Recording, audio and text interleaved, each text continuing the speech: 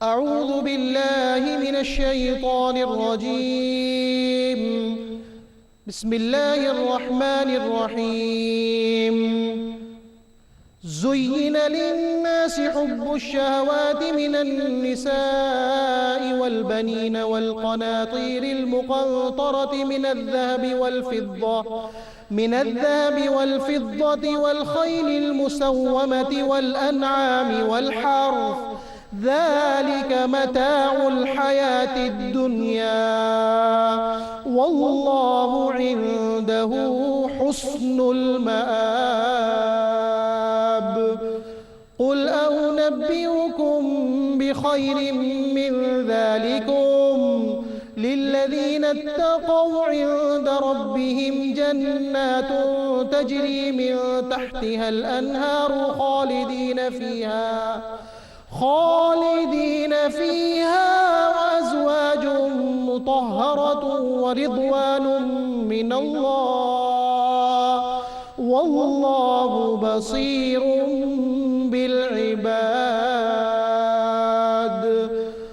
الذين يقولون ربنا إننا آمنا فاغفر لنا ذنوبنا وقنا عذاب النار.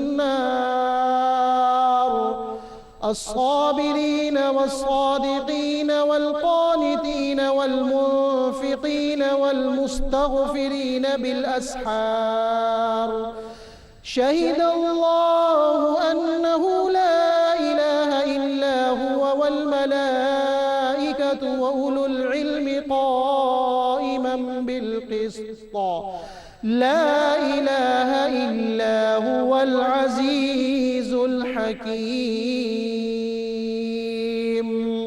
صدق الله العظيم. اللہ اللہ اللہ اللہ اللہ اللہ اللہ مدینہ تیرا بطحہ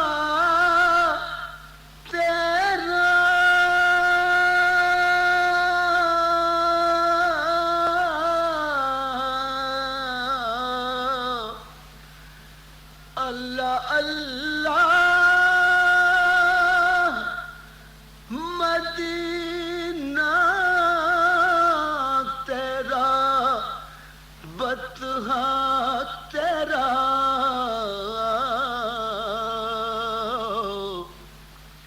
خلد کی سمت نہ دیکھے کبھی شیدا تیرا. اللہ اللہ اللہ مدینہ تیرا بطحہ تیرا. لوگ کہتے ہیں کہ ہے دیس مدینہ تیرا.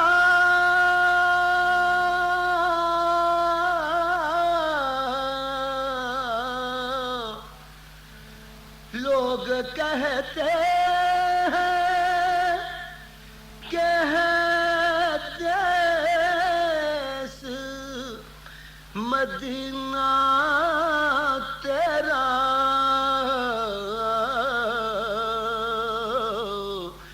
در حقیقت ہے من اللہ ٹھکانہ تیرا. در حقیقت ہے من اللہ ٹھکانہ تیرا. اللہ اللہ مدینہ تیرا بطحا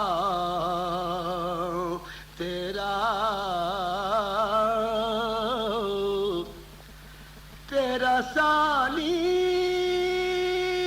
تو کہاں دہر میں ختم رسول تیرا ثانی تو کہاں دہر میں ختم رسول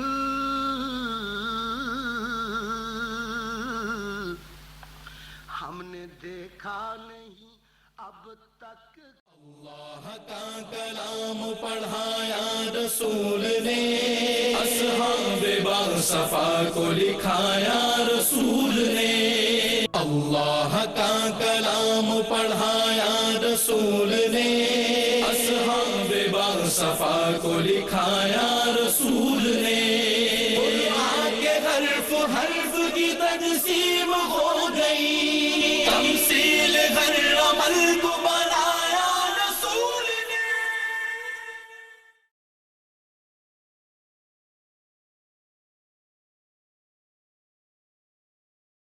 بسم اللہ الرحمن الرحیم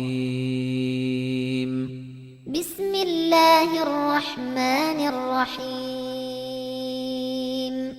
قل هو اللہ احد قل هو اللہ احد اللہ الصمد اللہ الصمد لم یلد ولم یولد لم یلد ولم یولد ولم یکن له کفوا احد ولم يكن له كفوا أحد الحمد للہ رب العالمین والصلاة والسلام علی سید الانبیاء والمرسلین اما بعد اعوذ باللہ من الشیطان الرجیم بسم اللہ الرحمن الرحیم زین للناس حب الشہوات من النساء والبنین والقناطیر المقنطرة من الذهب والفضة والخیل المسومة والانعام والحرث ذلك متاع الحیاة الدنیا واللہ عنده حسن المآب صدق اللہ العظیم اللہم صلی علی محمد وعلی آل محمد وبارک وسلم رب اشرح لی صدری ویسر لی امری واحلل عقدۃ من لسانی یفقہوا قولی واجعل لی وزیرا من اہلی آمین یا رب العالمین۔ ناظرین کرام السلام علیکم ورحمۃ اللہ وبرکاتہ۔ پروگرام بصیرت القرآن میں خوش آمدید۔ آج الحمدللہ پروگرام نمبر 83 آپ کی خدمت میں پیش کر رہے ہیں۔ آج انشاءاللہ مطالعہ کریں گے سورہ آل عمران آیات 14 تا 18 کا۔ قاری سلمان صاحب نے ان آیات کی تلاوت کے ذریعے اس پروگرام کا باقاعدہ آغاز الحمدللہ فرما دیا ہے۔ ہمیشہ کی طرح ہمارے نوجوان ساتھی آج بھی اسٹوڈیوز میں ہمارے ساتھ موجود ہیں۔ قرآن اکیڈمی کراچی سے ان کا تعلق ہے۔ آئیے انہیں خوش آمدید کہتے ہیں۔ السلام علیکم ورحمۃ اللہ وبرکاتہ۔ وعلیکم السلام ورحمۃ اللہ وبرکاتہ۔ خیریت سے ہیں آپ لوگ؟ الحمدللہ ماشاءاللہ۔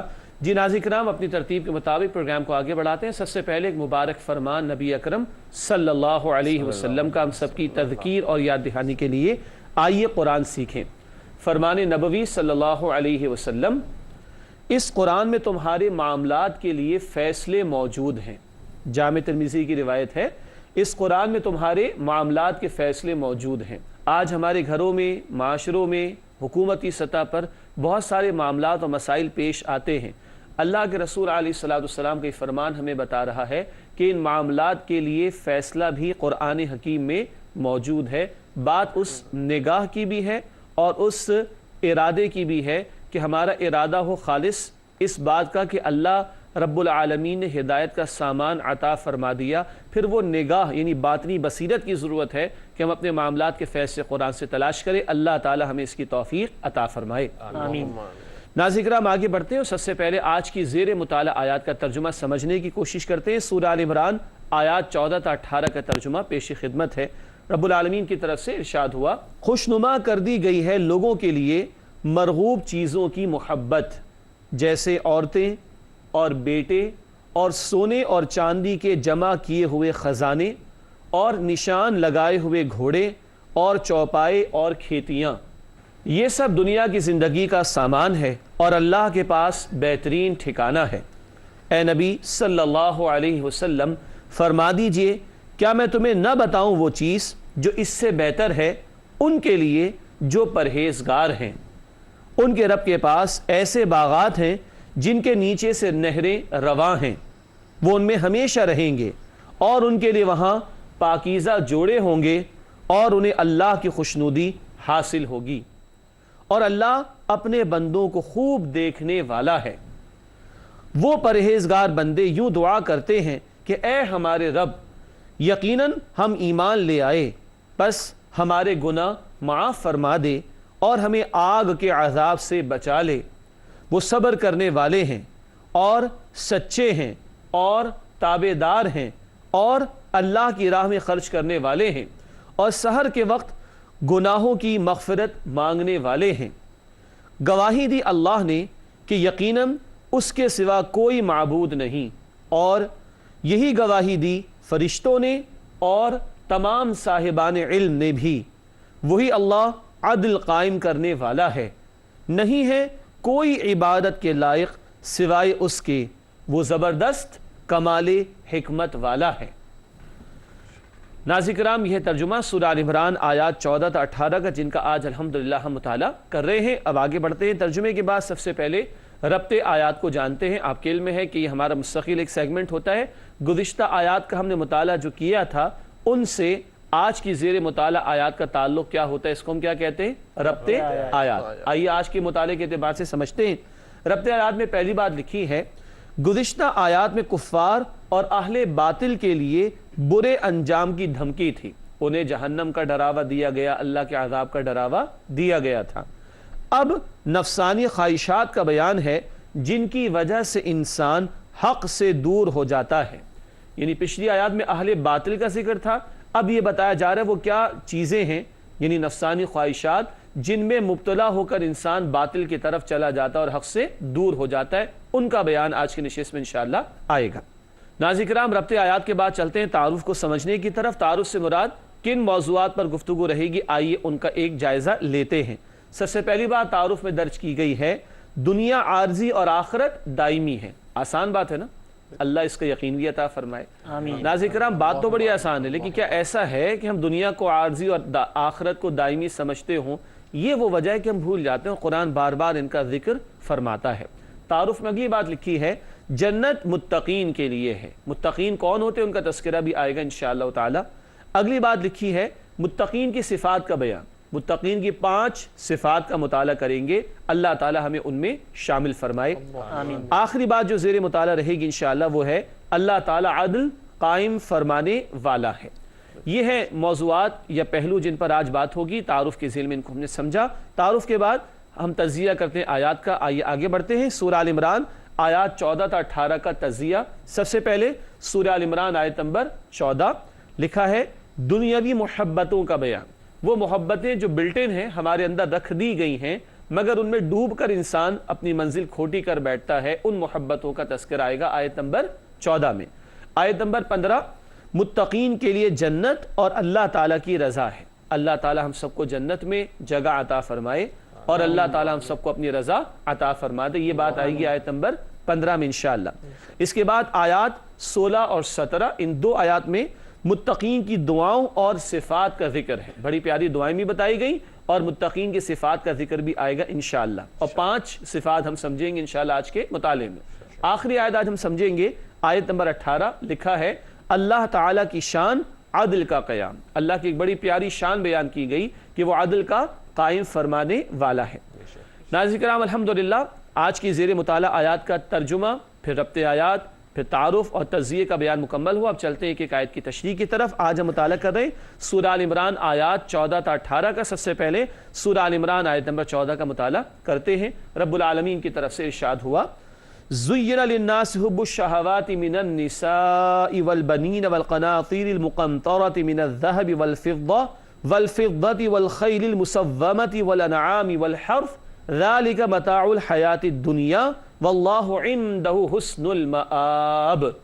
سورہ آل عمران آیت نمبر 14 ہے۔ آئیے اس کا ترجمہ سمجھتے ہیں۔ ارشاد ہوا، خوشنما کر دی گئی ہے لوگوں کے لیے مرغوب چیزوں کی محبت، جیسے عورتیں اور بیٹے اور سونے اور چاندی کے جمع کیے ہوئے خزانے اور نشان لگائے ہوئے گھوڑے اور چوپائے اور کھیتیاں، یہ سب دنیا کی زندگی کا سامان ہے اور اللہ کے پاس بہترین ٹھکانہ ہے۔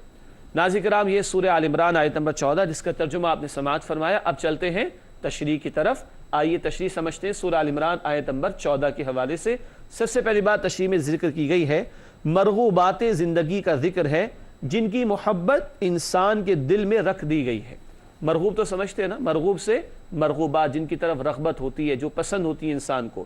تو زندگی کے وہ معاملات یا وہ اشیاء، وہ چیزیں زندگی بسر کرنے کے حوالے سے جو کہ ضروری ہیں، ان کی محبت بھی ہمارے وجود میں رکھ دی گئی۔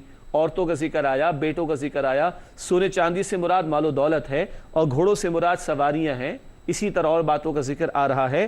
بہرحال یہ مرغوبات زندگی ضروری بھی ہیں کیونکہ ان کے ذریعے سے نظام زندگی چلتا ہے۔ اسی لیے اگلی بات لکھی ہے مرغوبات زندگی میں سے کوئی چیز بھی ایسی نہیں جو بذات خود بری ہو۔ مثال کے طور پر بیوی کی محبت ایک شوہر میں رکھ دی گئی، یہ ان اٹ سیلف بری نہیں ہے، بلکہ شوہر بیوی کا تعلق قائم ہونا، نکاح کا ہونا، خاندان کا بننا، یہ تو مقصود ہے نا۔ اور پھر اولاد کا حصول یہ بھی ضروری ہے۔ اولاد کا ہونا یہ کوئی بری شے تو نہیں، تاکہ انسان بڑھاپے میں ہو تو اولاد اس کا سہارا بنے۔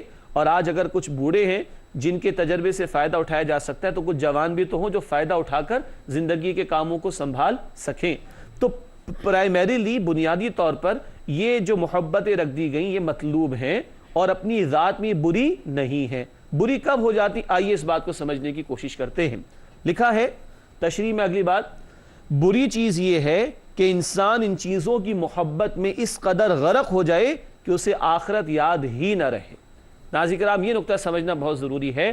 یہ محبتیں ضروری ہیں، مال ہوگا تو بہرحال دنیا کا کاروبار چلے گا، کچھ لوگ کمائیں گے، کچھ لوگ خرچ کریں گے، تبھی کاروبار زندگی چل پائے گا۔ تو یہ مال کی محبت، گھر والوں کی محبت وغیرہ وغیرہ یہ فی نفس ہی بری چیزیں نہیں۔ ہاں، ان محبتوں میں انسان غرق ہو کر آخرت کو بھلا دے، یہ بات غلط ہے۔ ان محبتوں میں ڈوب کر وہ غافل ہو جائے اللہ سے اور آخرت سے، یہاں پر آ کر یہ معاملہ بگڑ جاتا ہے۔ ایک مثال لیتے ہیں۔ مثال کے طور پر اگر مال حلال پر کمایا جائے، حلال طریقے پر کمایا جائے تو فرض ہے نا، اور اگر جائز امور میں خرچ کیا جائے تو ثواب بھی ہے۔ حدیث شریف میں آتے ہیں وہ مال جو تم اپنی بیوی کو کھلاتے ہو، اپنی اولاد کو کھلاتے ہو، اپنے گھر والوں کو کھلاتے ہو، یہ صدقہ ہے، اس پر کیا ملے گا؟ اجر ملے گا۔ اچھا، ایک آدمی حرام سے مال کمائے تو گناہ ملے گا، جب حلال طریقے پر کمائے گا تو ثواب ملے گا، یہ اجر ثواب کا باعث بن جائے گا۔ اگر ناجائز کاموں میں، گناہ کے کاموں میں مال خرچ کرے تو گناہ ملے گا، جائز کاموں میں اپنی ذمہ داریوں کی ادائیگی میں مال خرچ کریں گے تو اس کا اجر و ثواب بھی ملے گا۔ معلوم ہوا کہ یہ محبتیں جو رکھی گئی ضروری ہیں، ہاں ان کی اندر ڈوب کر، ہاں ان میں ڈوب کر انسان اگر آخرت سے غافل ہو رہا ہے تو اس مقام پر آ کر یہ محبتیں غلط ہو جاتی ہیں۔ تو ان محبتوں کو کنٹرول میں رکھنا ہے کہ ایسے نہ ڈوب جائے ان محبتوں میں کہ اللہ کو بھلا دیا جائے یا آخرت کو فراموش کر دیا جائے۔ ناظرین کرام، آگے بڑھتے ہیں، سورہ آل عمران آیت نمبر 15 کا مطالعہ شروع کرتے ہیں۔ رب العالمین کی طرف سے ارشاد ہوا، قُلْ أَوْنَبِّئُكُمْ بِخَيْرٍ مِّن ذَلِكُمْ لِلَّذِينَ اتَّقَوْا عِندَ رَبِّهِمْ جَنَّاتٌ تَجْرِي مِن تَحْتِهَا الْأَنْهَارُ خَالِدِينَ فِيهَا وَأَزْوَاجٌ مُطَهَّرَةٌ وَرِضْوَانٌ مِّنَ اللَّهِ وَاللَّهُ بَصِيرٌ بِالْعِبَادِ۔ سورہ آل عمران آیت نمبر 15 ہے، آئیے اس کا ترجمہ سمجھتے ہیں۔ ارشاد ہوا، اے نبی صلی اللہ علیہ وسلم فرما دیجئے، کیا میں تمہیں نہ بتاؤں وہ چیز جو اس سے بہتر ہے ان کے لیے جو پرہیزگار ہیں؟ ان کے رب کے پاس ایسے باغات ہیں جن کے نیچے سے نہریں رواں ہیں، وہ ان میں ہمیشہ رہیں گے اور ان کے لیے وہاں پاکیزہ جوڑے ہوں گے اور انہیں اللہ کی خوشنودی حاصل ہوگی اور اللہ اپنے بندوں کو خوب دیکھنے والا ہے۔ ناظرین کرام، یہ ترجمہ ہے سورہ آل عمران آیت نمبر 15 کا۔ اب آئیے اس آیت کی تشریح کو سمجھنے کی کوشش کرتے۔ سب سے پہلی بات تشریح میں لکھی ہے، آخرت کا احساس ہو تو بندہ مرغوبات زندگی کو شریعت کے مطابق استعمال کرتا ہے۔ پچھلی آیت میں مرغوبات زندگی کا، محبتوں کا بیان تھا، اب آخرت کا بیان۔ آخرت کا یقین ہوگا تو دنیا کی محبتوں کو بھی صحیح رخ پر بندہ رکھے گا اور دنیا کی اشیاء کو یا نعمتوں کو صحیح طور پر استعمال کرے گا۔ آج بنیادی مسئلہ یہ ہے، اگر آخرت پیش نظر نہیں تو بندہ حلال حرام کی بھی تمیز ختم کر دے گا، لوٹ مار بھی کرے گا، غلط کاموں میں بھی خرچ کرے گا وغیرہ وغیرہ۔ لیکن آخرت کا احساس ہوگا تو ان حقوق و فرائض کے معاملات میں بھی وہ درست رہے گا اور اشیاء کے استعمال کے اعتبار سے بھی وہ شریعت کی پاسداری اور پابندی کی روش اختیار کرے گا۔ تو آخرت کا احساس اور یقین بہت ضروری ہے۔ اگلی بات لکھی ہے، تقوی سے انسان کو دنیا میں سکون اور آخر میں بہترین ٹھکانہ میسر آتا ہے۔ آخر سے مراد آخرت کی زندگی ہے۔ تقوی کا ذکر آیا کہ متقین کے لیے جنت کے باغات ہیں۔ تقوی گناہوں سے اپنے آپ کو بچانا، تو تقوی سے انسان کو دنیا میں سکون ملے گا جب اللہ کا خوف ہوگا اور اللہ کی عطا کردہ نعمتوں کو اسی کی سیٹ کی ہوئی باؤنڈریز میں استعمال کرے گا تو صحیح راہ سے ہٹے گا نہیں۔ اور نمبر 2، جب اللہ کی حکم کی پاسداری کرے گا، اطاعت کرے گا، تو آخرت کے اندر بھی سکون میسر آئے گا، وہاں بھی جنت کے باغات اس کے لیے ہوں گے۔ ناظرین کرام، یہاں ایک بڑی پیاری بات آئی، جنت کے باغات بھی ہیں، پاکیزہ جوڑوں کا ذکر بھی آیا، اور اللہ نے کہا وَرِضْوَانُ مِنَ اللَّهِ، اللہ کی رضا۔ اس کے بارے میں ایک مختصر حدیث نوٹ کیجئے گا، بخاری شریف کی روایت ہے، رسول اکرم صلی اللہ علیہ وسلم نے فرمایا، سب نعمتوں سے افضل نعمت اللہ تعالیٰ کی رضا ہے۔ سب کچھ دینے کے بعد آخری نعمت جو اللہ عطا فرمائے گا وہ اللہ کی رضا ہے، اور اللہ فرمائے گا میں تم سے کبھی بھی ناراض نہ ہوں گا، اور اللہ اپنا دیدار بھی کرائے گا۔ اللہ ہم سب کو اپنی رضا اور اپنا دیدار عطا فرمائے۔ ناظرین کرام، سورہ آل عمران آیت نمبر 15 کا مطالعہ مکمل ہوا۔ مزید آیات کا مطالعہ انشاءاللہ پیش کیا جائے گا آپ کی خدمت میں، مگر السلام علیکم ورحمۃ اللہ وبرکاتہ۔ ناظرین کرام، پروگرام بصیرت القرآن میں خوش آمدید۔ آج ہم مطالعہ کر رہے ہیں سورہ آل عمران آیات 14 تا 18 کا۔ آئیے مطالعہ آگے بڑھائیں اور سورہ آل عمران آیت نمبر 16 کا مطالعہ شروع کرتے ہیں۔ رب العالمین کی طرف سے ارشاد ہوا، الذین یقولون ربنا اننا آمنا فاغفر لنا ذنوبنا وقنا عذاب النار۔ سورہ آل عمران آیت نمبر 16 ہے۔ آئیے اس کا ترجمہ سمجھتے ہیں۔ ارشاد ہوا، وہ پرہیزگار بندے یوں دعا کرتے ہیں کہ اے ہمارے رب، یقیناً ہم ایمان لے آئے، پس ہمارے گناہ معاف فرما دے اور ہمیں آگ کے عذاب سے بچا لے۔ اللہ تعالیٰ ہم سب کو بھی آگ کے عذاب سے محفوظ فرمائے، آمین۔ ناظرین کرام، سورہ آل عمران آیت نمبر 16، اس کی تشریح سمجھتے ہیں۔ پہلی بات تشریح میں لکھی گئی ہے، متقین ایمان لانے کا اقرار کرنے کے بعد اللہ سے بخشش اور جہنم سے محفوظ رہنے کی دعا کرتے ہیں۔ یہ بڑی پیاری بات ہے، بہت قیمتی بات ہے۔ ایمان لا کر مطمئن نہیں، بلکہ کل جہنم کے عذاب کا خوف بھی ہے۔ ایمان لانے کے بعد مطمئن نہیں ہے، یہ نہیں کہ کلمہ پڑھا اور مطمئن ہو کر بیٹھ گئے کہ جنت ہماری پکی ہوگی، نہ، اللہ سے ڈر رہے ہیں اور اللہ کی بخشش کا اور جہنم سے بچاؤ کا سوال کر رہے ہیں۔ یہ ہے ایمان والوں کی روش۔ ایک اور اہم بات تشریح میں لکھی ہے، گناہوں کی معافی اور جہنم سے نجات کے لیے ایمان لانا شرط ہے۔ گناہوں کی معافی اور جہنم سے نجات کے لیے ایمان لانا شرط ہے۔ ناظرین کرام، یاد دوبارہ فرما لیجئے، سورہ آل عمران میں نصارہ کے حوالے سے گفتگو ہے۔ نجران کا ایک وفد آیا ہے نبی اکرم صلی اللہ علیہ وسلم کے پاس، عیسائی ہیں وہ لوگ، اور ان سے بھی ڈائلاگ ہو رہا ہے۔ اب ایمان کیا ہے؟ رسول اکرم صلی اللہ علیہ وسلم کو اللہ کا آخری رسول ماننا۔ یہ ایمان لاؤ گے تو اللہ کی بخشش اور جہنم سے آزادی کے مستحق بن سکو گے۔ گویا نصارہ کو نبی اکرم صلی اللہ علیہ وسلم کی رسالت پر ایمان لانے کا بھی حکم دیا جا رہا ہے۔ بات آگے بڑھاتے ہیں ناظرین کرام، سورہ آل عمران آیت نمبر 17 کا مطالعہ شروع کرتے ہیں۔ رب العالمین نے ارشاد فرمایا، الصابرین والصادقین والقانتین والمنفقین والمستغفرین بالاسحار۔ سورہ آل عمران آیت نمبر 17 ہے۔ آئیے اس کا ترجمہ دہراتے ہیں اور سمجھتے ہیں۔ ارشاد ہوا، وہ صبر کرنے والے ہیں اور سچے ہیں اور تابعدار ہیں اور اللہ کی راہ میں خرچ کرنے والے ہیں اور سحر کے وقت گناہوں کی معافی مانگنے والے ہیں۔ ناظرین کرام، یہ سورہ آل عمران آیت نمبر 17، اس کا ترجمہ اب آئیے اس کی تشریح کو سمجھتے ہیں اور متقین کی صفات کو جاننے کی کوشش کرتے ہیں۔ تشریح میں لکھا ہے، اللہ کے محبوب بندوں کی 5 صفات کا بیان ہے۔ 5 صفات کون کون سی؟ نمبر 1 صبر، نمبر 2 صدق، نمبر 3 قنوت، نمبر 4 انفاق اور نمبر 5 استغفار۔ 5 صفات متقین کی۔ جنت میں جانا ہے، بیٹھے بیٹھے جنت کا معاملہ نہیں، محنت کرنی ہوگی۔ یہاں 5 صفات کا بیان ہے، اللہ ہمیں انہیں اختیار کرنے کی توفیق عطا فرمائے۔ آئیے اب ان کو سمجھیں۔ پہلی صفت صبر، مراد ہر مصیبت اور دین کی راہ میں پیش آنے والی مشکلات کو ثابت قدمی سے جھیلتے ہیں۔ انفرادی طور پر مشکلات آئے، بیماری وغیرہ، یا دین کی راہ میں مشکلات آئیں، ثابت قدمی سے برداشت کرتے، اس کا نام صبر ہے۔ دوسری صفت صدق، اس کے معنی سچائی کے ہوتے ہیں۔ لکھا ہے تمام معاملات میں راست باز ہوتے ہیں، سچے ہوتے ہیں اور بدعہدیوں اور فریب کاریوں سے بچتے ہیں۔ مومن تو زبان کا پکا ہوگا، جھوٹے وعدے نہیں کرے گا، دھوکے نہیں دے گا، اور ہر معاملے میں وہ صدق کا رویہ اختیار کرے گا، سچائی کا پیکر بنے گا۔ اللہ ہمیں اس کی توفیق عطا فرمائے۔ آمین۔ تیسری صفت لکھی ہے قنوت۔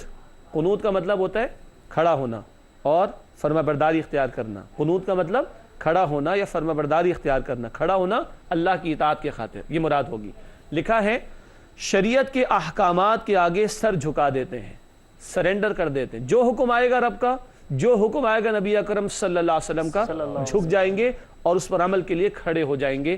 چوتھی صفت انفاق، خرچ کرنے کے معنی میں اللہ کی عطا کردہ مال و دولت میں سے اللہ کی راہ میں خرچ کرتے ہیں، اس کے دین کو پھیلانے کے لیے، اس کے دین کی سربلندی کے لیے بھی خرچ کرتے ہیں۔ پانچویں اور آخری صفت استغفار، نیکیوں پر اتراتے نہیں بلکہ اللہ سے بخشش کا سوال کرتے رہتے ہیں۔ اور کس وقت میں؟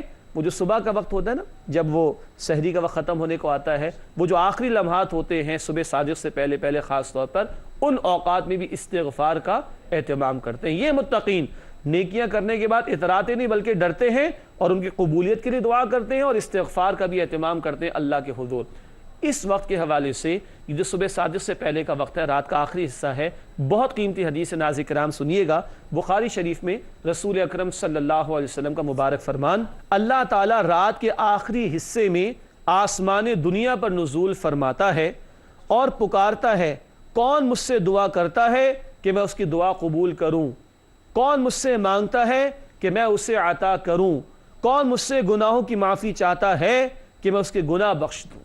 عام اوقات میں ہم ہاتھ اٹھاتے ہیں اور پکارتے ہیں اسے، رات کے آخری حصے میں ہی knocks at our doors، وہ ہمارے دروازوں پر دستک دیتا ہے۔ کچھ مانگنا ہے تو مانگ لے مجھ سے، دعا کر لے، سوال کر لے، گناہوں کی معافی مانگ لے، دعا کر لے، سوال کر لے، گناہوں کی بخشش مانگ لے۔ ان اوقات کو بھی اللہ مجھے اور آپ کو قیمتی بنانے کی توفیق عطا فرمائے۔ ناظرین کرام آگے بڑھتے ہیں اور آج کی زیر مطالعہ آیات میں سے آخری آیت سورہ آل عمران آیت نمبر 18 کا مطالعہ شروع کرتے ہیں۔ ارشاد ہوا رب العالمین کی جانب سے، شہد اللہ انہ لا الہ الا ہوا والملائکۃ واولو العلم قائما بالقسط لا الہ الا ہوا العزیز الحکیم۔ سورہ آل عمران آیت نمبر 18، آئیے اس کا ترجمہ سمجھتے ہیں۔ گواہی دی اللہ نے کہ یقیناً اس کے سوا کوئی معبود نہیں، اور یہی گواہی دی فرشتوں نے اور تمام صاحبان علم نے بھی، وہی اللہ عدل قائم کرنے والا ہے، نہیں ہے کوئی عبادت کے لائق سوائے اس کے، وہ زبردست کمال حکمت والا ہے۔ ناظرین کرام یہ سورہ آل عمران آیت نمبر 18 کا ترجمہ، آئیے اس کی تشریح کو سمجھتے ہیں۔ چند بڑے اہم نکات ہیں جو اس میں ہمارے سامنے مزید آئیں گے انشاءاللہ۔ پہلی بات، اللہ تعالیٰ خود اس پر گواہ ہے کہ اس کے سوا کوئی معبود نہیں، اور اللہ سے بڑھ کر کوئی سچا نہیں، تو یہ سب سے سچی بات ہے کہ اللہ تنہا اکیلا معبود ہے، معبود واحد۔ دوسری بات، فرشتے اور حقائق کا علم رکھنے والے اہل علم بھی توحید کی گواہی دیتے ہیں۔ اس کائنات میں غور فکر کرنے والا انسان، بشرطے کہ وہ سلیم الفطرت انسان ہو، ہمیشہ اس نتیجے پر پہنچا اس کائنات کا پیدا کرنے والا، چلانے والا ایک تنہا اکیلا اللہ سبحانہ وتعالی ہے۔ تو فرشتے بھی اور حقائق کا علم رکھنے والے اہل علم بھی توحید ہی کی گواہی دیتے ہیں۔ اگلی بات، اللہ تعالیٰ کی شان یہ کہ وہ عدل فرماتا ہے، قائما بالقسط، یہ الفاظ اللہ کے نہیں، اللہ عدل کا قائم کرنے والا ہے۔ کیا مراد؟ اس سے مراد اگلا جملہ، کائنات میں اللہ تعالیٰ کا ہر فیصلہ عدل پر مبنی ہوتا ہے۔ کیوں؟ اللہ العادل ہستی ہے، اللہ کا ایک صفاتی نام کیا ہے؟ العادل۔ اس نے اللہ نے پوری کائنات کو عدل پر قائم کیا، اور جو فیصلہ وہ فرماتا ہے وہ عدل پر مبنی ہوتا ہے۔ ہاں، زمین پر اللہ نے انسان کو کچھ اختیار دیا ہے نا، چاہو تو نیک بنو چاہو تو بد بنو۔ اس حوالے سے اب سمجھیے گا آخری نقطہ ہے، عالم ظاہر میں، یہ جو ہمارے ظاہری معاملات ہیں، امتحان کے لیے اللہ نے زمین پر بھیجا، عالم ظاہر میں عدل کا نفاذ اہل ایمان کی ذمہ داری۔ آج زمین پر ظلم ہے نا، حقوق پامال ہوتے ہیں، ایکسپلائٹیشن ہوتی ہے۔ ظلم کب ختم ہوگا؟ جب عدل آئے گا۔ عدل کیسے آئے گا؟ العادل ذات، اللہ کی عطا کردہ کتاب و شریعت کے مطابق۔ اور یہ ذمہ داری کس پر ہے؟ ایمان والوں پر۔ سورۃ المائدہ آیت نمبر 8، کونوا قوامین بالقسط، کھڑے ہو جاؤ قسط کے عدل کے قائم کرنے والے بن کر یہ ذمہ داری آج امت کے کاندھوں پر ہے. اللہ ہمیں اس کی توفیق عطا فرمائے. ناظرین کرام الحمدللہ آج کی زیر مطالعہ آیات آل عمران آیات 14 تا 18 کا مطالعہ مکمل ہوا. اب چلتے ہیں ہمارے نوجوان ساتھیوں کی طرف اور یہ معلوم کرتے ہیں کہ وہ ہم سے کیا دریافت کرنا چاہتے ہیں. جی پہلا سوال فاروق بھائی آپ کے پاس کیا ہے؟ جناب یہ پوچھنا چاہ رہا تھا کہ دنیا کی محبتوں کا ذکر آیا اور شروع میں عورتوں سے محبت کا ذکر آیا, اس میں کوئی خاص حکمت؟ ماشاءاللہ بڑا اہم سوال ہے کہ اتنی ساری محبتوں کا, بیٹوں کا, سونے چاندی کی ڈھیر اینڈ سو آن, ان محبتوں میں نمبر 1 پر عورتوں کی محبت کا ذکر ہے. کوئی خاص وجہ؟ اگر تو اس کو مثبت انداز میں لیں تو دیکھیں نسل انسانی کا قافلہ کب آگے بڑھتا ہے؟ جب یہ خاندان وجود میں آتا ہے. تو اللہ تعالیٰ نے فطری طور پر مردوں کے دلوں میں عورتوں کے لیے محبت رکھی, اور یہ محبت کا ہاں مطلوب ہے زوجین کے درمیان, شوہر اور بیوی کے درمیان. یہ فیملی یونٹ جتنا مضبوط ہوگا پیدا ہونے والی اولاد کو اتنی زیادہ شفقت ملے گی اور وہ نسل معاشرے کے لیے اتنی مفید ثابت ہوگی. ایک تو یہ پوائنٹ ہوا. دوسری بات, اللہ کے نبی صلی اللہ علیہ وسلم کی بعض احادیث سے معلوم ہوتا ہے کہ آپ نے فرمایا مجھے عورتیں پسند ہیں, مجھے خوشبو پسند ہے. کس معنی میں؟ کہ عورتوں کی محبت فطری طور پر رکھی گئی, اور آپ اپنے ازواج مطہرات سے جو محبت فرماتے اس کا تذکرہ احادیث میں ہمارے سامنے موجود ہے, اور خوشبو کا بھی آپ نے ذکر فرمایا کہ آپ کو بڑی پسند تھی. اور ایک اور اعتبار سے اگر منفی انداز سے دیکھیں تو حدیث شریف میں آتا ہے کہ نبی اکرم صلی اللہ علیہ وسلم نے فرمایا میں نے اپنی امت کے مردوں کے لیے کوئی فتنہ عورتوں کے فتنوں سے بڑا نہیں چھوڑا. اگر یہ مثبت انداز میں نہ ہو اور بگاڑ پیدا ہو جائے, زنا کی کثرت ہو جائے, تو پھر معاشرہ تباہی کا شکار ہوتا ہے. یہ دوسری انتہا. تو دونوں اعتبار سے دیکھیں اہمیت سامنے آتی ہے. خاندان بنتا ہو تو بھی عورت کی محبت فطری طور پر مرد میں رکھی گئی, یہ زوجین کے درمیان خاص طور پر مطلوب ہے. اور اگر بگاڑ پیدا ہو تو عورت کا فتنہ سب سے بڑا فتنہ قرار دیا گیا مردوں کے لیے. اس بگاڑ سے بچنے کے لیے ضروری ہے کہ خاندان مضبوط ہوں اور آزادانہ جو اختلاط ہمارے معاشرے میں ہے مرد و عورت کا, اس پر قدغنے اور پابندیاں لگائی جائیں. اگلا سوال کیا ہے ہمارے پاس؟ میرا سوال یہ ہے کہ ابھی استغفار کا ذکر آیا تھا, تو استغفار کی برکات صرف آخرت میں ہی عطا ہوں گی یا دنیا میں بھی استغفار کی برکات نصیب ہوتی ہیں؟ اچھا ماشاءاللہ, ناظرین بڑا عمدہ سوال ہے کہ استغفار کی برکات صرف آخرت میں ملیں گی, دنیا میں بھی کوئی فائدہ ملتا ہے تو دنیا کا بھی ملنا چاہیے نا ویسے تو. ہاں جی ناظرین کرام آپ پڑھیے گا سورہ نوح 29واں پارہ, سورہ نوح میں آیت نمبر 10 سے 12 میں تفصیل آئی ہے. نوح علیہ السلام نے اپنی قوم سے فرمایا فَقُلْتُ اسْتَغْفِرُوا رَبَّكُمْ, اپنے رب سے بخشش مانگو, إِنَّهُ كَانَ غَفَّارًا, بے شک وہ اللہ بہت بخش دینے والا ہے. يُرْسِلِ السَّمَاءَ عَلَيْكُمْ مِدْرَارًا وَيُمْدِدْكُمْ بِأَمْوَالٍ وَبَنِينَ وَيَجْعَلْ لَكُمْ جَنَّاتٍ وَيَجْعَلْ لَكُمْ أَنْهَارًا. 5 باتیں.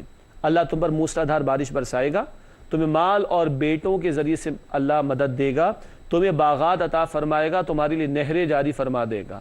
بارش کا آنا, مال اور اولاد کا ملنا, باغات کا ملنا اور نہروں کا جاری ہونا دنیا میں ہوگا نا انشاءاللہ. تو استغفار کی برکات دنیا میں بھی ملتی ہیں, آخرت میں بھی ملیں گی انشاءاللہ تعالی. اور اللہ ہمیں سچی اور پکی توبہ کرنے کی انفرادی سطح پر اجتماعی سطح پر توفیق عطا فرمائے. حوالہ کیا آیا؟ سورہ نوح 29واں پارہ آیت نمبر 10, 11 اور 12 میں تفصیل آئے گی انشاءاللہ تعالی. جی حارث صاحب کے پاس کیا سوال ہے؟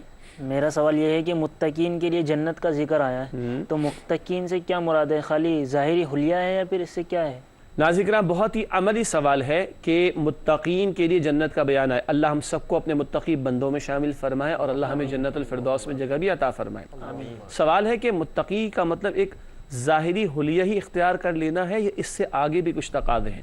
یقیناً ظاہری حلیہ بھی, یہ سنت رسول ہے نا, داڑھی نبی اکرم صلی اللہ علیہ وسلم نے اختیار فرمائی, آپ نے اس کا حکم بھی دیا. اس کائنات میں پوری کائنات کو گھوم لیجئے, سب سے خوبصورت چہرہ کس کا تھا؟ رسول اللہ علیہ السلام کا تھا. تو ایک مسلمان مرد کا بھی ہونا چاہیے, سمپل از دیٹ.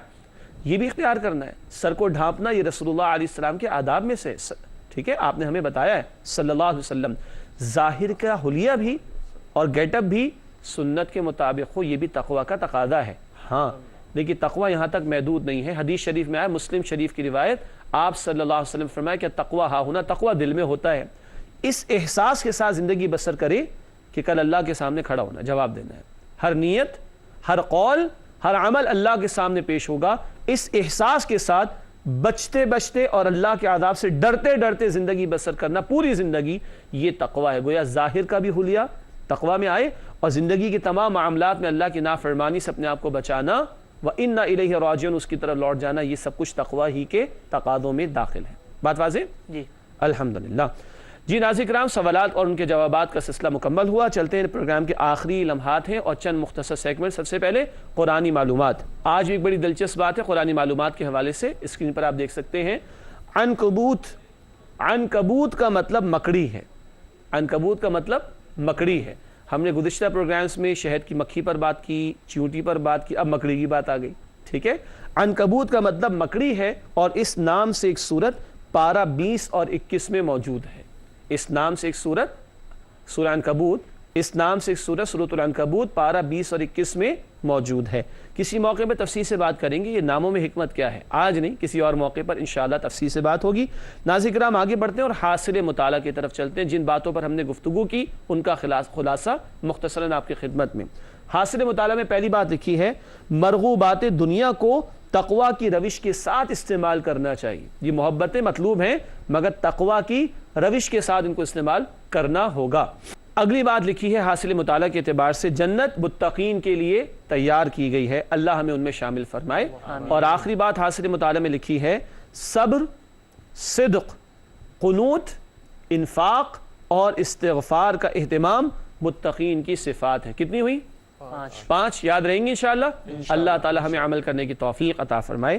اس سے آگے بڑھتے ہیں ناظرین کرام، جائزہ کریٹیکل پوائنٹ ہوتا ہے، کریٹیکل سیگمنٹ ہوتا ہے، میرے لیے بھی اور آپ کے لیے بھی۔ آئیے اپنے اندر جھانک کر جواب تلاش کرنے کی کوشش کریں۔ جائزے میں پہلی بات لکھی ہے کیا ہماری ترجیحات میں آخرت سر فہرست ہے یا دنیا سر فہرست اور آخرت ایک پارٹ ٹائم؟ اگر ٹائم ہوا تو اس کے لیے استغفر اللہ۔ کیا آخرت آپ کی میری ترجیحات میں پرائرٹیز میں ٹاپ آف دا لسٹ ہے یا نہیں؟ یہ سب سے بڑا مسئلہ ہے میرا اور آپ کا۔ دوسرا سوال، کیا ہم تقوی اختیار کرنے کی کوشش کرتے ہیں؟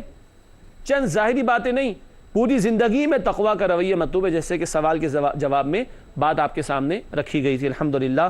کیا ہم تقوی اختیار کرنے کی کوشش کرتے ہیں؟ تیسرا اور آخری سوال، اللہ اکبر، کیا ہمیں جنت کا یقین ہے؟ واقعی جنت ہے؟ یقیناً ہے۔ کیا واقعتاً ہے؟ یقین ہے آپ کو اور مجھے؟ 10,000 20,000 50,000 کی سیلری کے لیے پورا مہینہ جان لگاتے ہیں، صحیح ہے نا؟ جنت کے سامنے 10,000 کیا 10 کروڑ کی سیلری یا پروفٹ بھی کوئی ویلیو نہیں رکھتا۔ اس جنت کے لیے ہم کیا کر رہے ہیں؟ آپ بھی سوچئے اور میں بھی سوچوں۔ آخری 2 باتیں، گزشتہ سوال کا جواب۔ گزشتہ سوال ہم رکھا تھا آپ کی خدمت میں، کرامن کاتبین کا ذکر کس آیت میں کیا گیا ہے؟ یہ تو بتا دیا تھا، یہاں پہ موجود ہے، ہم سب کے ساتھ ہیں۔ قرآن میں کہاں ہے؟ سورۃ الانفطار، درست جواب سورۃ الانفطار آیت نمبر 11۔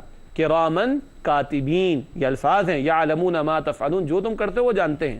تو درست جواب ہے، ہنٹ بھی آپ کو دی تھی آخری پارے کی، سورۃ الانفطار آیت نمبر 11 میں یہ تذکرہ کیا گیا۔ آج کا سوال نوٹ کیجئے گا، آج کا سوال ہے انسان کے ہاتھ اور پیر اس کے خلاف گواہی دیں گے۔ انسان کے ہاتھ اور پیر اس کے خلاف گواہی دیں گے، یہ بات کس آیت میں بیان کی گئی ہے؟ ٹھیک ہے ناظرین کرام، اس کے ہنٹ ہے 23واں پارہ، 23 پارے میں تلاش کیجئے گا۔ اگلے پروگرام میں اس سوال کا جواب انشاءاللہ آپ کی خدمت میں پیش کریں گے۔ اسی کے ساتھ ہمارے پروگرام کا وقت مکمل ہوتا ہے الحمدللہ۔ آپ تمام ساتھیوں کا بہت شکریہ، جزاکم اللہ خیرن کثیرا۔ ناظرین کرام، اللہ سے دعا ہے کہ اللہ تعالی ہمارے علم اور عمل میں اضافہ عطا فرمائے اور اپنے کلام سے ہم سب کے تعلق کو مزید مضبوط کرنے کی توفیق عطا فرمائے، آمین یا رب العالمین۔ وآخر دعوانا الحمدللہ رب العالمین، والسلام علیکم ورحمۃ اللہ وبرکاتہ۔ اللہ اللہ اللہ اللہ اللہ اللہ اللہ مدینہ تیرا بطحہ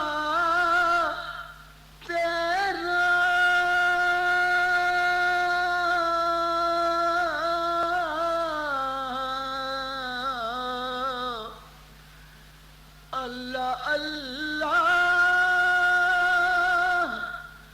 مدینہ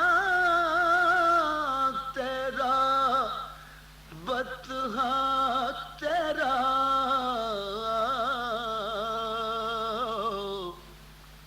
خلد کی سمت نہ دیکھے کبھی شیدا تیرا اللہ اللہ اللہ اللہ مدینہ تیرا بتہا تیرا لوگ کہتے ہیں کہ ہے دیس مدینہ تیرا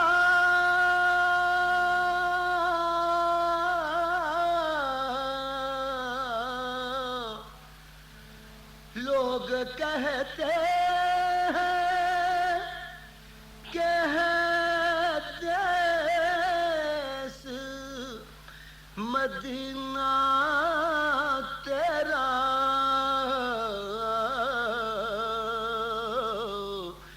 در حقیقت ہے من اللہ ٹھکانہ تیرا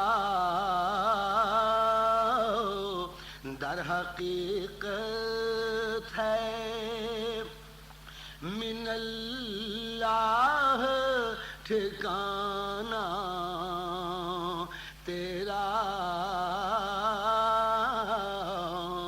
اللہ اللہ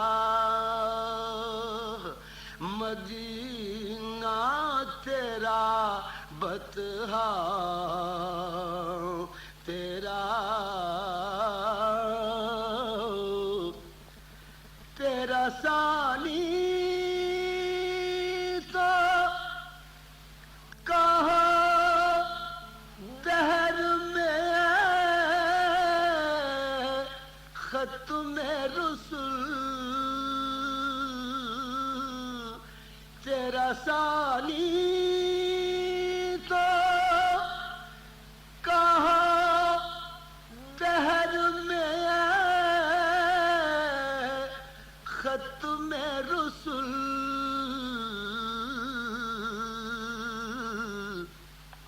ہم نے دیکھا نہیں اب تک کہیں سایہ تیرا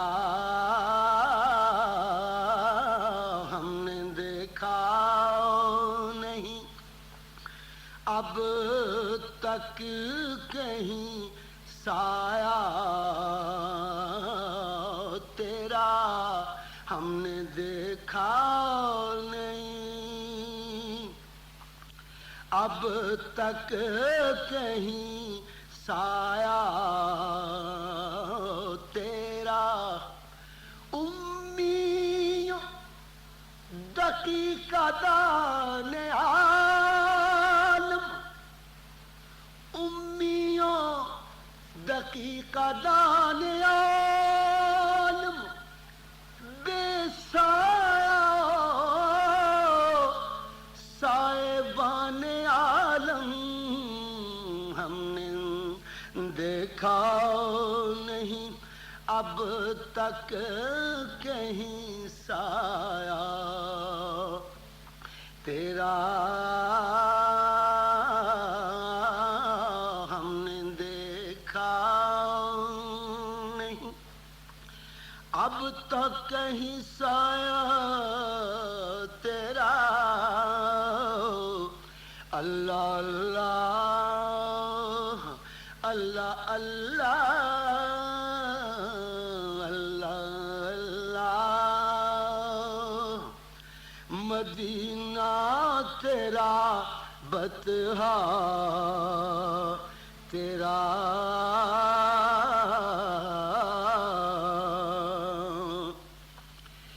تیری طاعت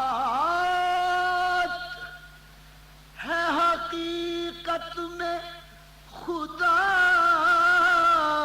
کی طاعت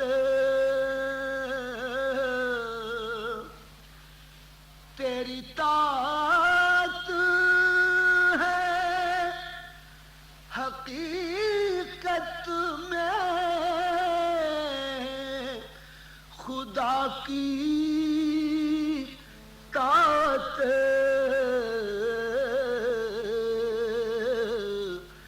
وہی بندہ ہے خدا کا جو ہے بندہ تیرا وہی بندہ ہے خدا کا جو ہے بندہ تیرا وہی بندہ ہے خدا کا جو ہے بندہ تیرا وہی بندہ ہے خدا کا جو ہے بندہ تیرا اللہ اللہ تو جدھر رخ کو گھما دے وہی کعبہ بن جائے تو جدھر رخ کو گھما دے وہی کعبہ بن جائے کتنا محبوب ہے اللہ کو منشا تیرا کتنا محبوب ہے اللہ کو منشا تیرا کتنا محبوب ہے اللہ کو منشا تیرا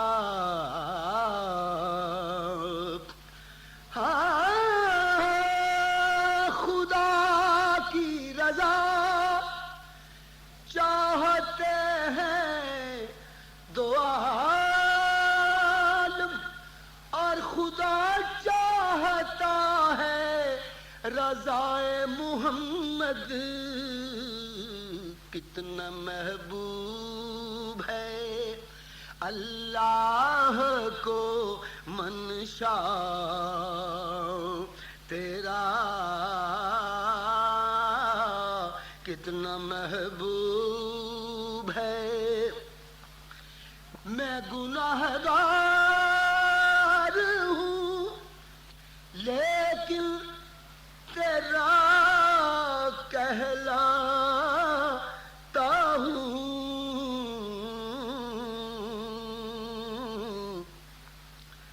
مجھ کو لے دے کے سہارا ہے تو شاہ تیرا مجھ کو لے دے کے سہارا ہے تو شاہ تیرا میں گناہگار ہوں لیکن تیرا کہلاتا ہوں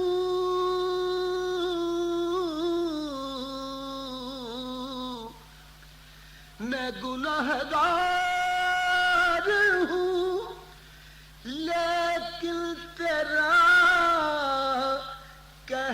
کہلاتا ہوں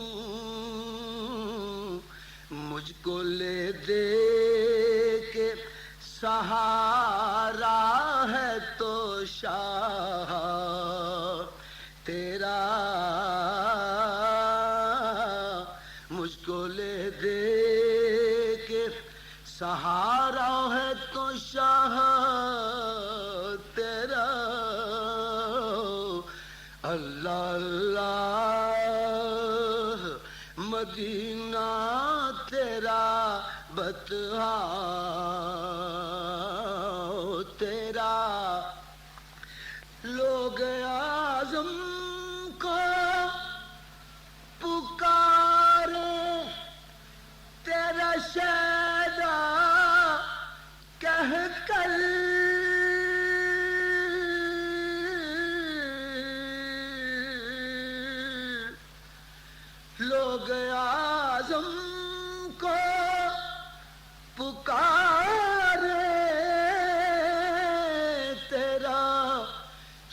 پیدا کہہ کر